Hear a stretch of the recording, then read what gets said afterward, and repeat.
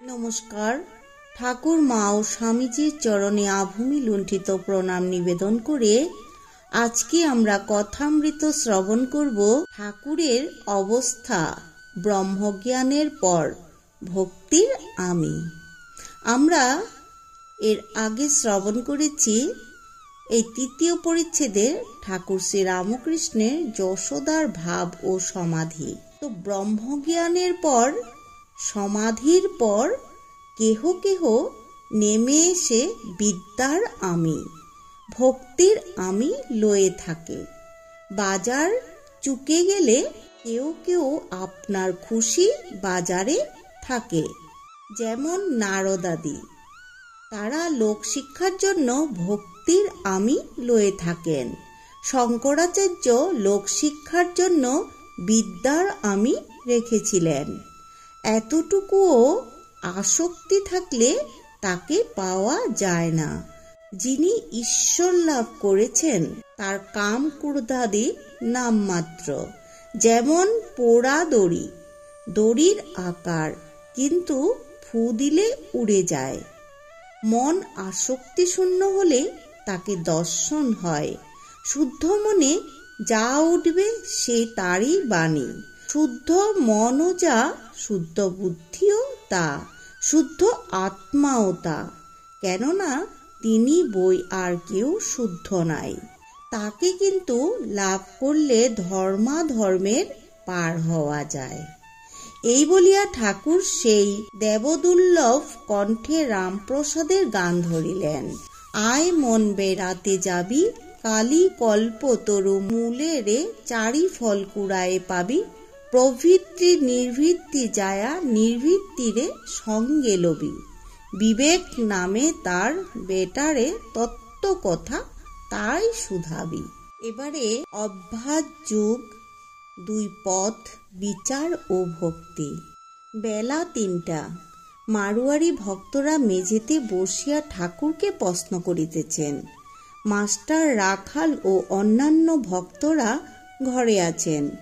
মারোয়ারি ভক্ত বলছেন, মহারাজ উপায় কি? ঠাকুর শ্রী রামকৃষ্ণদেব বলছেন, উপায় দুই রকমের আছে, বিচারপথ আর অনুরাগ বা ভক্তির পথ। সৎ অসৎ বিচার। একমাত্র সৎ বা নিত্য বস্তু ঈশ্বর, আর সমস্ত অসৎ বা অনিত্য। বাজি করেই সত্য, ভেলকি মিথ্যা, এইটি বিচার। বিবেক আর বৈরাগ্য, এই সৎ অসৎ বিচারের নাম বিবেক। বৈরাগ্য অর্থাৎ সংসারের দ্রব্যের উপর বিরক্ত। এটি একেবারে হয় না, রোজ অভ্যাস করতে হয়। কামিনী কাঞ্চন আগে মনে ত্যাগ করতে হয়, তারপর তার ইচ্ছায় মনের ত্যাগও করতে হয়, বাহিরের ত্যাগও করতে হয়। কলকাতার লোকদের বলবার জো নাই, ঈশ্বরের জন্য সব ত্যাগ করো, বলতে হয় মনে ত্যাগ করো। অভ্যাস যুগের দ্বারা কামিনী কাঞ্চনে আসক্তি ত্যাগ করা যায়। গীতায় একথা আছে, অভ্যাস দ্বারা মনে অসাধারণ শক্তি এসে পড়ে। তখন ইন্দ্রিয় সংযম করতে, কাম ক্রোধ বশ করতে কষ্ট হয় না। যেমন কচ্ছপ হাত পা টেনে নিলে আর বাহির করে না, কুণ্ডল দিলে 4খানা করে কাটলেও আর বাহির করে না। মারোয়ারি ভক্ত আবার ঠাকুরকে বলছেন, মহারাজ দুই পথ বললেন, আর এক পথ কি? তখন ঠাকুর রামকৃষ্ণদেব আবার বলছেন, অনুরাগের বা ভক্তির পথ। ব্যাকুল হয়ে একবার কাঁদো, নির্জনে গোপনে দেখা দাও বলে কাঁদো।